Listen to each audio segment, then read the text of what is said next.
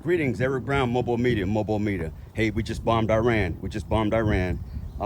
We hit their nuclear sites, supposedly 3 nuclear sites in Iran. This has been, man, a long time coming. At some point, you kind of knew the U.S. was going to try to pull the trigger on this, particularly when Israel made the decision to go ahead and start a conflict with Iran. So a lot of folks are saying, is this the beginning of World War III? Will this start World War III?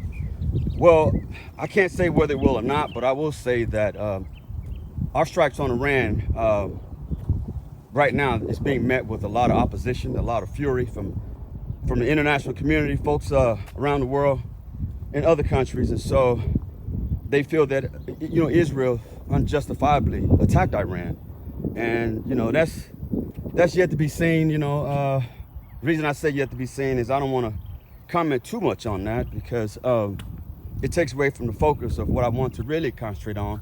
And that's the fact that Iran is a country with a lot of mystery behind it. A lot of folks really don't understand Iran's military or the capacity of their military. But I will tell you one thing that the American public is not being told is the countries that support Iran and what they're saying.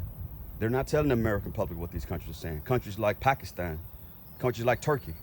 Turkey has even admitted that if Iran asks them for a nuke, they'll give them one.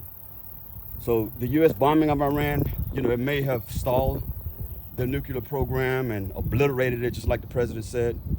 But I don't think it bodes well for peace in the Middle East. I think, the president had an agenda called America First, Make America Great Again.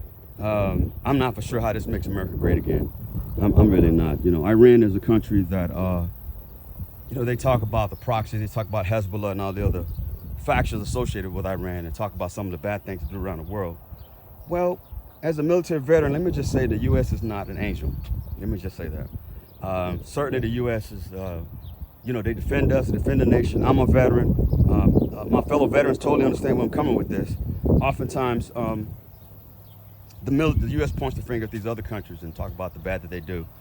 But the U.S., they do a lot of questionable things around the world each day, trust me.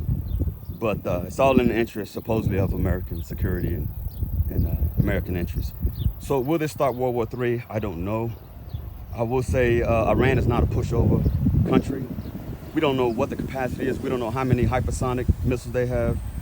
We just don't know. But one thing we do know is other countries are supporting them.